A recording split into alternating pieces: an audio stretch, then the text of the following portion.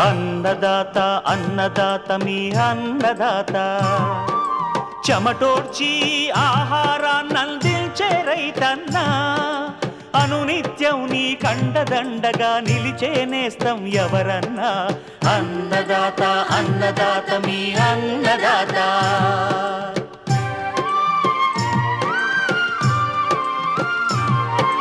నూతన రీతుల సాగుబడికి నూరింతలు పెరిగే దిగుబడికి సూచనలిచ్చే సస్య రక్షణకు పశు పోషణకి శాస్త్ర విజ్ఞానం అందించి ముందుకు నడిపే తెలుగు రైతు భారతదేశానికి మకుటం అయ్యేలా తీర్చిదిద్దే ఆశయంతో మిమ్ము మేలు కొలిపేది అన్నదాత అన్నదాత అన్నదాత మీ అన్నదాత అన్నదాత అన్నదాత మీ అన్నదాత.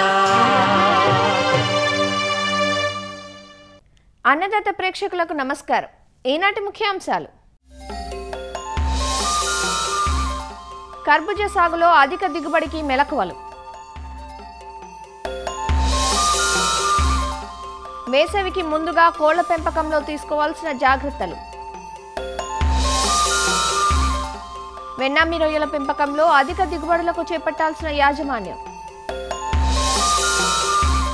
ఇంకా జై కిసాన్ వ్యవసాయ సమాచారం.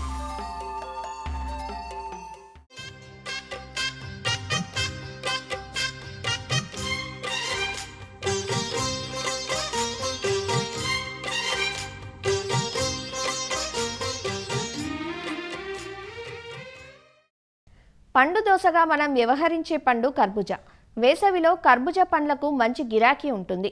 కర్బూజా సాగులో రైతుకు సానుకూలంగా ఉండే అంశమేమిటంటే విత్తిన 55 నుంచి 60 రోజులకే పంట అందిరావటం. కర్బూజాలో వివిధ ప్రాంతాల అభిరుచులకు తగ్గట్టుగా ఎన్నో రకాలు అందుబాటులో ఉన్నాయి. ఆయా మార్కెట్లకు తగ్గ రకాలను రైతులు ఎంచుకొని ఢిల్లీ, ముంబై, హైదరాబాద్ వంటి ప్రధాన నగరాల మార్కెట్లకు పంట తరలిస్తుంటారు. గుండ్రంగా ఉండే నెట్టెడ్ రకాలకు ఇటీవల ఆదరణ పెరుగుతోంది. కర్బూజాను కూడా పుచ్చ మాదిరిగానే వేసవి, రంజాన్ మాసాలను దృష్టిలో ఉంచుకొని నవంబర్, డిసెంబర్ మాసాల నుంచి మొదలుపెట్టి ఫిబ్రవరి, మార్చి మాసాల వరకు దఫదఫాలుగా నాటుకుంటారు. ప్రస్తుతం కర్బూజా పంట అన్ని దశల్లోనూ ఉంది. డ్రిప్, మల్చింగ్ ఏర్పాటుతో కర్బూజా నుంచి ఎకరాకు 15 టన్నుల వరకు అధిక దిగుబడులు పొందే అవకాశం ఉంది. అధిక దిగుబడికి కర్బూజా సాగులో పాటించాల్సిన మెలకువలేమిటో శ్రీ కొండా లక్ష్మణ్ తెలంగాణ ఉద్యాన విశ్వవిద్యాలయం రాజేంద్ర నగర్లోని కూరగాయల విభాగం ప్రధాన శాస్త్రవేత్త మరియు అధిపతి డాక్టర్ అనిత నుంచి తెలుసుకుందాం. ఈ కర్బూజా అనేది చాలా మందికి ఇష్టమైన పండు. అయితే ఈ కర్బూజా మన తెలంగాణ ప్రాంతంలో ఒక 200 హెక్టార్ల ఏరియాలో ఉంటుంది. కర్బూజా సాగులో మనకి ఎక్కువగా ఇసుక, ఒండ్రు నేలలు మనకి ఎక్కువగా మంచి దిగుబడిని ఇచ్చే అవకాశం ఉంటుంది. బంక నేలలు, కొద్దిగా లైట్ సాయిల్స్ అయితేనే దీని సాగుకి మంచి అనుకూలం. అయితే వీటి ఉద్దజన సూచిక వచ్చేసి 6 నుంచి 7% వరకు ఉన్నట్టయితే మనకి కర్బూజాలో మంచి దిగుబడి వచ్చే అవకాశం ఉంటుంది. ఈ పంట సాగులో మనకి ముఖ్యంగా గాలిలో తేమ శాతం అనేది తక్కువగా ఉండాలి. వాతావరణం కూడా పొడిగా ఉన్నట్టయితే కాయ మంచి సైజు రావడానికి అవకాశం ఉంటుంది. అయితే మనకి కర్బూజాలో మనకి ముఖ్యంగా అనువైన రకాలు ఏంటి అని అనుకుంటే మార్కెట్లో మనం పలు రకాల కర్బూజా రకాలను చూస్తున్నాము. ముఖ్యంగా ఈ కండ రంగును బట్టి మనం వీటిని 3 రకాలుగా విభజించుకోవచ్చు. ఒకటి ఏంటంటే తెలుపు రంగు కండ కలిగినది, అది అర్కా జీత్ అంటే IAHR బెంగళూరు అంటే Indian institute of horticulture research Bengaluru వాళ్ళు విడుదల చేసిన రకం అర్కా జీత్ అనేది. నారింజ రంగు కండ కలిగిన రకాలు కూడా ఉన్నాయి. పూసా షర్బతి అనే రకము, పూసా మధురస్ అనే రకము, ఇవన్నీ కూడా ప్రభుత్వ యూనివర్సిటీస్ ద్వారా విడుదల చేసిన రకాలు. అదేవిధంగా ఆకుపచ్చ రంగు కండ కలిగిన రకాల్లో మనకి హరా మధు ఒకటి, దుర్గాపుర హరా ఒకటి మార్కెట్లో లభిస్తున్నాయి. అయితే ఇవన్నీ కూడా యూనివర్సిటీస్ ద్వారా విడుదల చేసిన రకాలు. అయితే ఈ మధ్య కాలంలో మనకి ప్రైవేట్ రంగంలో కూడా చాలా రకాలు, మాన్సూన్ అనే రకము, సూరజ్ అనే రకము, స్వీటీ అనే రకము, ఇవన్నీ కూడా పలు రకాల హైబ్రిడ్స్ కానీ ఎన్నో రకాలు మార్కెట్లో లభిస్తున్నాయి. అవన్నీ రైతులు పండించడం జరుగుతుంది. తర్వాత వీటికి మనము కాల్వల ద్వారా మనం విత్తనం వేసి మనం పండించుకోవాలి. అయితే ఒక్కొక్క కాలువకి మధ్యలో మనకి ఒక 2 నుంచి 3 మీటర్లు స్పేస్ ఉంచుకున్నట్టయితే ఆ తీగ మంచిగా పారి మనకి మంచి దిగుబడి వచ్చే అవకాశం ఉంటుంది. అదేవిధంగా ఒక కాలువలో 50 సెంటీమీటర్ల ఎడంలో మనము విత్తనంకి మధ్యలో దూరం అంతా ఉండాలి. ఇది మన ఎకరానికి వచ్చేసి 1.5 కేజీ వరకు విత్తనం పడుతుంది మనకి. అయితే విత్తనము మొలకెత్తే వరకు మనము ఈ నీళ్లు పెట్టడం అనేది జాగ్రత్తగా చూసుకోవాలి. ఇకపోతే మనకి ఎరువుల యాజమాన్యంలో మనకి నత్రజని, భాస్వరం, పొటాష్ ఇవి వేసుకోవాలి. అయితే నత్రజని దాదాపు ఒక 80 కిలోల చొప్పున, తర్వాత భాస్వరం ఒక 200 కిలోలు, తర్వాత పొటాష్ ఒక 40 కిలోలు. అయితే ఇవన్నీ కూడా మామూలుగా మేము రికమెండెడ్ డోస్ ఆఫ్ ఫర్టిలైజర్స్ అని చేస్తాము. అయితే వారి నేలల ప్రకారం వాటిని పరీక్షించుకొని వారి నేలల్లో ఏదైతే లోపం ఉంటుందో అవన్నీ చూసుకొని దాని ప్రకారం మోతాదు వేసుకున్నట్టయితే మంచి దిగుబడి వస్తుంది. ఇకపోతే ఈ కలుపు రాకుండా మనం మల్చ్ షీట్ అనేది వేసుకున్నట్టయితే మనకి కలుపు రాకుండా ఉంటుంది. అయితే మనము విత్తనము వేసుకున్న తర్వాత ఒక 24 నుంచి 45 గంటల లోపల పెండమిథలిన్ 1.2 లీటర్లు 200 లీటర్ల నీటిలో కలిపి మనం పిచికారీ చేసుకున్నట్టయితే కలుపుని నివారించుకోవచ్చు. ఇకపోతే డ్రిప్ ఇరిగేషన్, ముఖ్యంగా వేసవి కాలంలో మనకి నీటి సమస్య చాలా ఉంటుంది కాబట్టి డ్రిప్ ఇరిగేషన్ పెట్టుకొని మనం ఈ పంటను సాగు చేస్తే తక్కువ ఖర్చుతో ఎక్కువ దిగుబడి వచ్చే అవకాశం ఉంటుంది. తర్వాత వీటిలో వచ్చే తెగుళ్ళు మరియు పురుగులు ఎక్కువగా మనకి వీటిలో రసం పీల్చే పురుగులు ఎక్కువగా వస్తాయి. ఎండాకాలంలో రసం పీల్చే పురుగులు ముఖ్యంగా తామర పురుగులు, ఎర్రనల్లి ఇవన్నీ కూడా మనకు ఆశించి రసాన్ని పీల్చి నష్టం కలుగజేస్తాయి. అయితే తామర పురుగులు నివారించుకోవడానికి మనకి ఇమిడాక్లోప్రిడ్ అనేది 0.3 మిల్లీలీటర్లు లీటర్ నీటికి, లేదా ఫిప్రోనిల్ అనే మందు 2 మిల్లీలీటర్లు లీటర్ నీటికి కలిపి మనం పిచికారీ చేసుకుంటే వాటిని నివారించుకోవచ్చు. అదేవిధంగా మనకి కూరగాయ పంటల్లో కానీ, పుచ్చ కానీ, కర్బూజ కానీ మనకి ఎండాకాలంలో ఎక్కువగా ఎర్రనల్లి అనేది బాగా వస్తుంది. ఆకుల అడుగు భాగంలో రసాన్ని పీల్చి వాటి ఉధృతి చాలా ఎక్కువైనట్టయితే ఆ చెట్టంతా కూడా బూజు కింద సాలిడ్ గూడు ఏర్పాటు చేసి దాని కింద ఈ ఎర్రనల్లి ఉధృతి చాలా ఎక్కువగా ఉంటుంది. దీంతో మనకి కాయ కట్టదు, పంట బాగా నాశనం అవుతుంది. సో దీన్ని నివారించుకోవడానికి మనకు అబామెక్టిన్ అనే మందు 1 మిల్లీలీటర్ లీటర్ నీటికి కలిపి పిచికారీ చేసుకోవాలి. ఇదే విధంగా రసం పీల్చే పురుగుల అన్నిటికి కూడా మనము ఈ పసుపచ్చ రంగు జిగురు అట్టలను ఏర్పరచుకున్నట్టయితే మనము పురుగు యొక్క ఉనికిని మనము గమనించుకోవచ్చు. ఒకవేళ రసం పీల్చే పురుగుల ఉధృతి తక్కువగానే ఉంటే వేప నూనె 5 మిల్లీలీటర్లు లీటర్ నీటికి కలిపి మనం పిచికారీ చేసుకున్నట్టయితే ఈ పురుగులను నివారించుకోవచ్చు. అయితే ప్రధాన పొలంలోనే మనం ఎండు తెగులు వాటికి నివారించుకోవడానికి ఈ ట్రైకోడర్మా విరిడిని, ఈ సూడోమోనాస్ ఫ్లోరిసెన్స్ని పశువుల ఎరువుల్లో కలిపి వాటిని పొలంలో చల్లుకున్నట్టయితే మనకి ఈ ఎండు తెగులు ఇవన్నీ కూడా ఈ సమస్యలు చాలా తక్కువగా ఉంటాయి. అయితే దీంట్లో ఈ తీగ పెరిగినప్పుడు మనము ఈ సైడ్కి వచ్చే కొమ్మలను తీసేసినట్టయితే 2-3 తీగలనే ఉంచుకున్నట్టయితే ఒక్కొక్క దానికి 4 నుంచి 5 కాయలు ఏర్పడే ఛాన్స్ ఉంటుంది. అప్పుడు మనకి 4 నుంచి 5 కాయలు వచ్చి మంచి సైజు వచ్చే ఛాన్స్ ఉంటుంది. ముఖ్యంగా మనకి పంట మొత్తము అయిపోయి కాయ మంచి పెరిగే దశలో మనకి కాయ పగుళ్ళు అనేవి తరచుగా వస్తూ ఉంటాయి. ఇది ఒక ముఖ్యమైన సమస్య. ఈ బోరాన్ ధాతు లోపం వలన మనకి కాయ పగుళ్ళు ఏర్పడతాయి. అయితే ఈ బోరాన్ అంటే బోరాక్స్ అనేది ఒక 3 నుంచి 5 గ్రాములు లీటర్ నీటికి కలుపుకొని మనం పిచికారీ చేసుకున్నట్టయితే మనకు కాయ పగుళ్ళు కూడా తగ్గుతాయి. అదేవిధంగా మన కాయ ఏర్పడే సమయంలో కూడా ఈ బోరాన్ మనం 3 నుంచి 5 గ్రాములు పిచికారీ చేసుకున్నట్టయితే ఈ కాయ ఏర్పడే సమయంలో మనకి ఈ ఆడపూల సంఖ్య పెరిగి మనకి మంచి దిగుబడి వచ్చే అవకాశం ఉంటుంది. ఆ పండు కరెక్ట్ పక్వ దశానికి వచ్చింది అన్నదానికి ఏంటంటే రవాణా చూసుకొని మనకి హాఫ్ స్లీవ్ దశ అంటాము. దాన్ని ఒకవేళ దూరం ప్రదేశానికి మనం పంపించాలంటే అప్పుడు కోత తీసుకొని అప్పుడు పంపించడం మంచిది. ఒకవేళ మనకి రవాణా అనేది దగ్గరగానే ఉన్నట్టయితే మొత్తము కాయ మొత్తం ఏర్పడిన తర్వాత ఆ తొడిమ ఎండిపోయి ఆ తొడిమ దగ్గర ఉన్న భాగము కొంచెము చారలుగా ఏర్పడి ఆ తొడిమి కూడా ఊడిపోతుంది అనమాట. అది ఫుల్ స్లీవ్ దశ.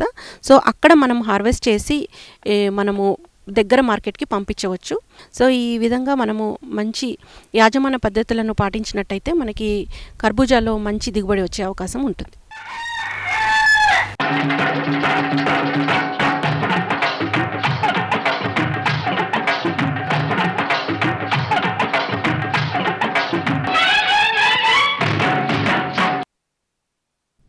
రాబోయేది వేసవికాలం. వేసవిలో ఉష్ణోగ్రతలు ఎక్కువగా ఉండటం వల్ల కోళ్లు ఒత్తిడికి లోనై అనేక రకాల వ్యాధులకు గురవుతాయి. ఎక్కువగా కొక్కెర తెగులు, కోళ్ల జలుబు, మసూచి, తెల్లపారుడు వంటి వ్యాధులు సోకి ఒక్కోసారి మరణాలకు కూడా దారితీస్తాయి. వ్యాధి సోకిన కోళ్లకు మాంసం ధర పలకక గ్రుడ్ల నాణ్యత తగ్గి రైతు ఆర్థికంగా నష్టపోయే ప్రమాదం ఉంటుంది. కాబట్టి చికిత్స కన్నా నివారణ మేలని గమనించి రైతులు ముందు నుంచే జాగ్రత్తలు వహించాలి. వేసవి కాలంలో కోళ్లు వ్యాధుల పాలిట పడకుండా తీసుకోవాల్సిన ముందు జాగ్రత్తల గురించి ఈనాటి కార్యక్రమంలో తెలుసుకుందాం.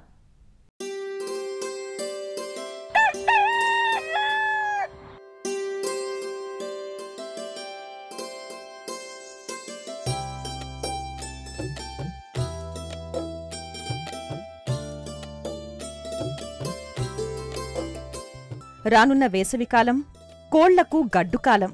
ఈ కాలంలో పెరిగే అధిక ఉష్ణోగ్రతల్ని ఇవి ఎంతమాత్రం తట్టుకోలేవు. అంతేకాదు పలు రకాల వ్యాధులు కూడా కోళ్లకు సోకే ప్రమాదం ఉంది. ముఖ్యంగా కొక్కెర తెగులు వల్ల ఎక్కువ సంఖ్యలో కోళ్లు చనిపోతాయి. ఈ వ్యాధి ఏ వయసు కోళ్లకైనా రావచ్చు. ఈ తెగులు సోకిన చిన్న పిల్లలు శ్వాస తీసుకోవడానికి ఇబ్బందిపడి ఒక్కోసారి చనిపోవడం జరుగుతుంది. అదే పెద్ద కోళ్లైతే రెక్కలను వ్రేలాడదీసి పక్షవాతపు లక్షణాలను కనబరుస్తాయి. నివారణ కోసం మొదటి వారం, 4వ వారం, 6 నుంచి 8 వారాల మధ్య టీకాలు వేయించుకోవాలి. బ్రాయిలర్ మరియు లేయర్ కోళ్లలో వచ్చే మరొక వ్యాధి కొరైజా. దీన్నే కోళ్ల జలుబు వ్యాధి అంటారు. వ్యాధి సోకిన పిల్లలు మరియు పెద్ద కోళ్లలో నోటి నుంచి ద్రావకాలు కారుతూ ఉంటాయి. జ్వరం తీవ్రత ఎక్కువగా ఉంటే చనిపోయే ప్రమాదం ఉంది. ఈ వ్యాధి నివారణకు షెడ్లలో పిల్లలను వదిలే ముందు పూర్తిగా ఫ్యూమిగేషన్ చెయ్యాలి. పిల్లలకందించే దాణా మరియు నీరు పరిశుభ్రంగా ఉండాలి. యాంటీబయోటిక్ మందులను నీటిలో కలిపి కోళ్లకందించాలి. ఈ వేసవికాలంలో కోళ్లకు వచ్చే మరో వ్యాధి ఆస్పర్గిల్లస్. ముఖ్యంగా కోళ్లకందించే దాణాల్లో బూజు, శిలీంధ్రాలు చేరటం వల్ల ఈ అఫ్లోటాక్సికోసిస్ వ్యాధి సోకుతుంది. ఈ వ్యాధి సోకిన కోళ్లు ఒత్తిడికి లోనై కాలేయం పాడవుతుంది. దీంతో జీర్ణశక్తి మందగించి కోళ్లు చనిపోతాయి. కోళ్లకందించే దాణాలు నాణ్యంగా ఉండేలా చూసుకోవాలి. కాలేయాన్ని ఉత్తేజపరిచే మందులను నిపుణుల సలహా మేరకు ప్రతిరోజు అందించాలి.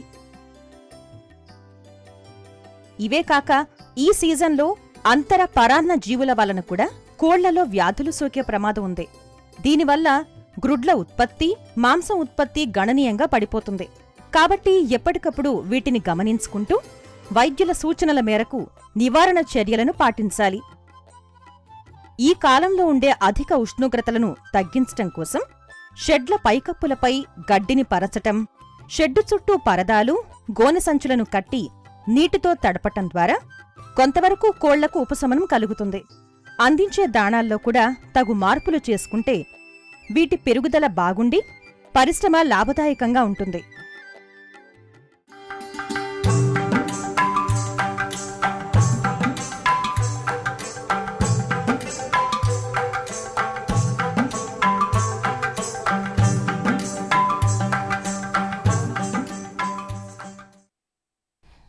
ఆక్వా సాగులో ఒక సునామీలాగా వచ్చిన వెన్నామి రొయ్యల పెంపకంలో రైతులు తొలినాళ్లలో అధిక దిగుబడులనే సాధించారు. అయితే రాను రాను వీటి పెంపకం కొన్ని ఒడిదుడుకులను ఎదుర్కోవలసి వస్తోంది. దీనికి విత్తన నాణ్యత లోపాలు, వ్యాధులు వంటివి నష్టాల పాలు చేస్తున్నాయి. టైగర్ రొయ్యతో పోలిస్తే వెన్నామి రొయ్యలు కొంచెం సున్నిత జీవులు. నీటిలో వచ్చే మార్పులు, వాతావరణ ఒడిదుడుకులు, మేత మార్పులు ఇవన్నీ పెంపకం మీద ప్రత్యక్ష, పరోక్ష ప్రభావాన్ని చూపుతాయి. ఈ సవాళ్లను అధిగమిస్తూ వెన్నామి రొయ్యల పెంపకంలో అధిక దిగుబడులు సాధించాలంటే ఆది నుంచి పెంపకంలో కొన్ని రకాల యాజమాన్య చర్యలు చేపట్టాల్సి ఉంటుంది. ఆ వివరాలు మనకందిస్తున్నారు ఆచార్య ఎన్జీ రంగా వ్యవసాయ విశ్వవిద్యాలయం, నెల్లూరు జిల్లా కృషి విజ్ఞాన కేంద్రం మత్స్య విభాగం శాస్త్రవేత్త డాక్టర్ హరిసాధు. వెన్నామి రొయ్యల సాగులో మేలైన యాజమాన్య పద్ధతుల గురించి మాట్లాడబోతున్నాం.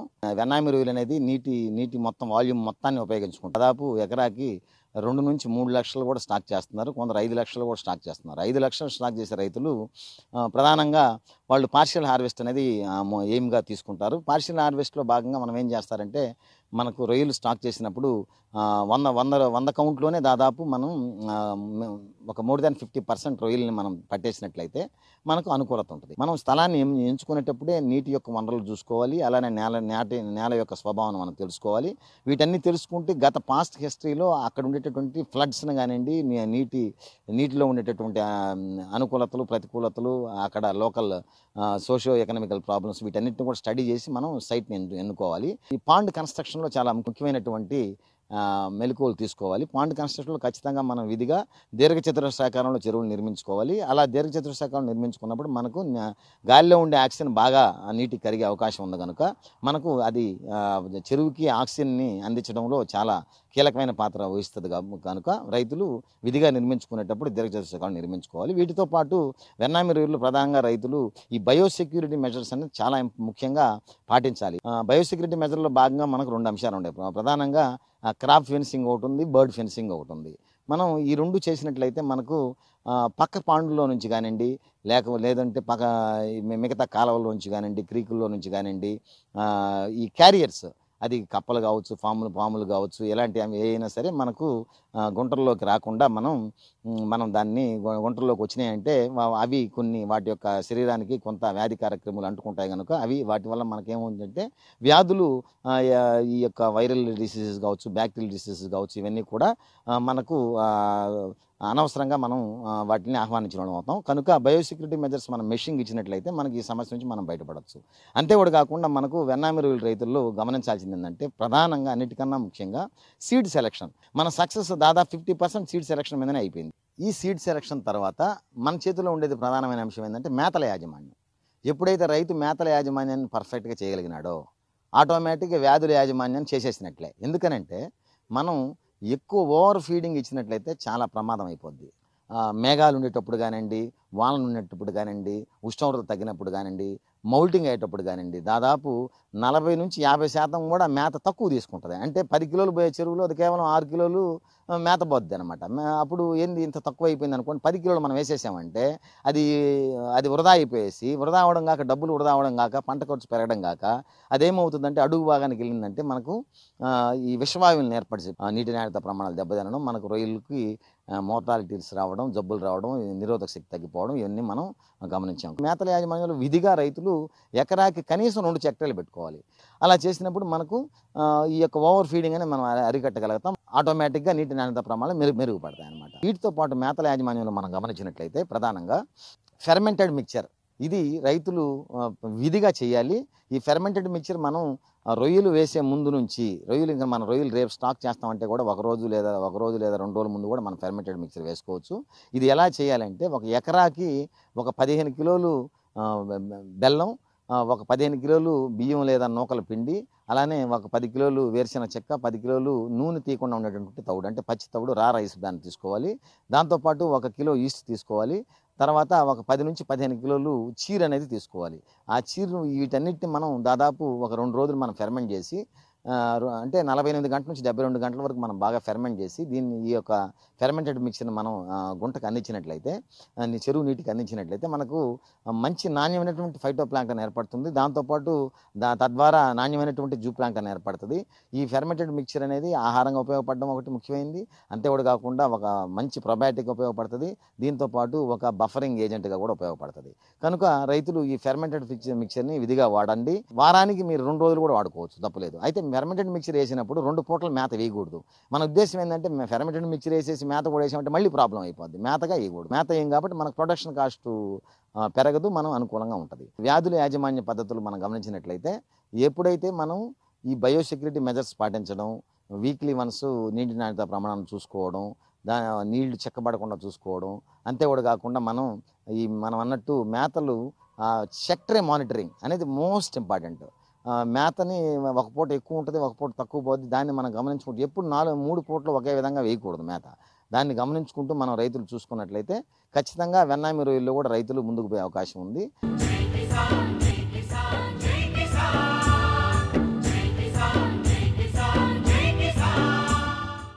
వ్యవసాయ సమాచారం ఇప్పుడు జై కిసాన్లో చూద్దాం. మెదక్ జిల్లా కౌడిపల్లి మండలం తునికి గ్రామంలో ఉన్న డాక్టర్ డి రామానాయుడు గ్రామీణ విజ్ఞాన జ్యోతి సంస్థ 6 నెలల వొకేషనల్ కోర్సును ప్రారంభించింది. వ్యవసాయం మరియు విత్తన పరిజ్ఞానంపై జరిగే ఈ శిక్షణను విద్యార్థులకు ఉచితంగా అందిస్తున్నారు. పుస్తక పరిజ్ఞానంతో పాటు క్షేత్ర విజ్ఞానం అందేలా వీరికి తర్ఫీదునిస్తున్నారు. హాస్టల్ వసతితో పాటు దుస్తులు, పుస్తకాలను ఉచితంగా అందించినట్లు సంస్థ ప్రతినిధులు తెలిపారు. ఈ 6 months vocational training is totally free training.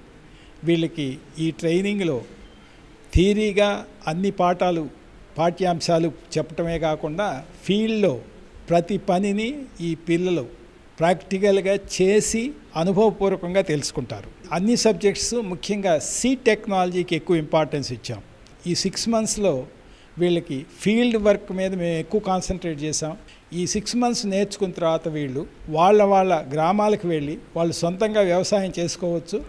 చేసుకుని ఈ కొత్త పద్ధతులు నేర్చుకుని ఇంప్లిమెంట్ చేసేసి ఆ గ్రామ రైతులకు కూడా మార్గదర్శకంగా ఉండొచ్చు.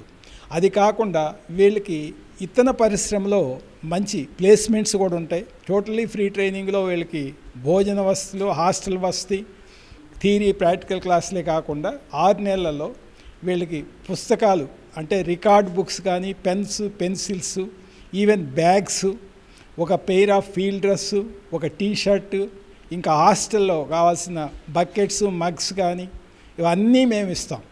కాకపోతే వీళ్ళు మనస్ఫూర్తిగా నేర్చుకొని మంచి ఉద్యోగాలు కానీ లేకపోతే సొంతంగా వ్యవసాయం చేసుకోవడానికి కానీ ఇది తోడ్పడుతుంది. ఈ క్యాంపస్ పెట్టింది ఏంటంటే రూరల్ ఇన్స్టిట్యూట్లో వ్యవసాయంగా మనం అందరినీ బాగా డెవలప్ చేయాలి.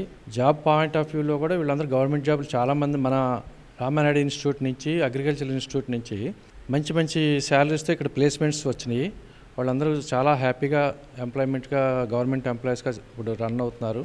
అలాగే ప్రైవేట్ సీడ్స్ కంపెనీ వాళ్ళు ఎవరైతే మాకు న్యూస్ షీట్స్ అని హెచ్ఎం క్లాస్ కంపెనీ వాళ్ళు మాకు స్పాన్సర్ చేస్తున్నారో అలాంటి కంపెనీలు అందరూ కూడా బాగా ఎంకరేజ్ చేసి వాళ్ళు కూడా ప్లేస్మెంట్స్ తీసుకుని మా క్యాంపస్లో సెలెక్ట్ చేసుకుని ఇంకా వేరే కంపెనీ వాళ్ళు కూడా ప్లేస్మెంట్స్ తీసుకుంటున్నారు. ఇందులో ఇంట్రెస్ట్ ఉన్న వాళ్ళందరినీ కూడా. అండ్ అదర్ పాయింట్ ఆఫ్ వ్యూలో వాళ్ళ ఓన్ ఫార్మ్ ల్యాండ్స్లో కూడా వాళ్ళు కూడా బాగా డెవలప్ అవుతున్నారు. అగ్రికల్చర్ చేయాలని ఇష్టం సార్. పంటల గురించి తెలుసుకోవాలి, ఎక్కడ ఏ భూమిలో ఏ పంట తొందరగా అవుతుంది అలాంటి పేరెంట్స్కి చెప్పుకోవడానికి, ఇంకేదైనా మందులు ఏవైనా కొత్తగా రావడానికి ఏం చేస్తే ఏ పురుగు పట్టకుండా చూడాలి. రామానాయుడు ఇన్స్టిట్యూట్లో ఫ్రెండ్స్ చెప్తే ఇక్కడ బాగా చెప్తారు అని ఇక్కడికి వచ్చాము. అగ్రికల్చర్ గురించి సీడ్ టు సీడ్ ప్రాసెస్ ప్రతిదీ ఎక్స్ప్లెయిన్ చేస్తారు. నేను ఇక డిప్లొమా కూడా ఇదే కాలేజ్లో చేశాను. మన అర్జున్ రావు సారు మనకి ఫీల్డ్ మీద కొంచెం బాగా ఎక్స్పీరియన్స్ ఉంది కాబట్టి మనకి 6 months ఎలా చేయాలి ఏంటని కొంచెం ఫీల్డ్ ప్రాక్టికల్ పరంగా బాగా కొంచెం ఎక్స్పీరియన్స్ వస్తుందని ఆ ఉద్దేశంతో ఇక్కడ జాయిన్ అయ్యి, మాకు కూడా కొంచెం ఫార్మింగ్ ఉందండి. ఇక మన ఫార్మింగ్ కొంచెం టెక్నికల్గా వెళ్ళాలంటే కొంచెం నాలెడ్జ్ ఉండాలి కదా, ప్రాక్టికల్ నాలెడ్జ్. డైరెక్ట్గా ఫీల్డ్ ద్వారా ప్రాక్టికల్ తెలుసుకుందామని వచ్చాము. నేను మంచిర్యాల నుంచి వచ్చాను. కాలేజ్లో మా క్లాస్మేట్స్ వాళ్ళు డిస్కస్ చేసుకుంటా అంటే విని ఇక్కడ ఈ కాలేజ్ మెదక్ డిస్టిక్లో ఉంది, Ramanaidu institute of rural development అని చెప్పిస్తే ఇక్కడ ట్రైనింగ్ ఉంది అది అని చెప్తే ఎంట్రన్స్ ఎగ్జామ్ ఉంటే సో ఎగ్జామ్ రాసి జాయిన్ అయ్యాను. సో ఇక్కడికి వచ్చినాక ఫ్రీ హాస్టల్, తర్వాత free training, free food and field విజిట్స్కి డ్రెస్సెస్ అండ్ హాస్టల్లో ఈవెన్ దో ఫుడ్ కూడా సో వాళ్ళు ప్రొవైడ్ చేశారు. అన్ని ఇక్కడ మనకి డిజిటల్ ఫార్మాట్లో అండ్ ఆల్సో ప్రాక్టికల్ ఫార్మాట్లో కూడా లెసన్స్ ఉన్నాయి. 6 monthsలో మనం నేర్చుకున్న తర్వాత మనం ఫార్మింగ్ అయినా చేసుకోవచ్చు, లేకపోతే బయట వాళ్ళు ఏమన్నా ప్లేస్మెంట్స్ లాంటివి కూడా ఇస్తారట. 6 నెలల వొకేషనల్ కోర్సు ద్వారా విద్యార్థులకు మంచి భవిష్యత్తు ఉంటుందని సంస్థ ప్రతినిధులు చెబుతున్నారు. శిక్షణ అనంతరం సాగు, విత్తన రంగంలో మంచి అవకాశాలు రావడంతో పాటు స్వయంగా వ్యాపారం చేసుకునే అవకాశం ఉంటుందని తెలియజేస్తున్నారు. మరిన్ని విభిన్న అంశాలతో రేపటి అన్నదాతలో మళ్ళీ కలుసుకుందాం. అంతవరకు సెలవు. నమస్కారం.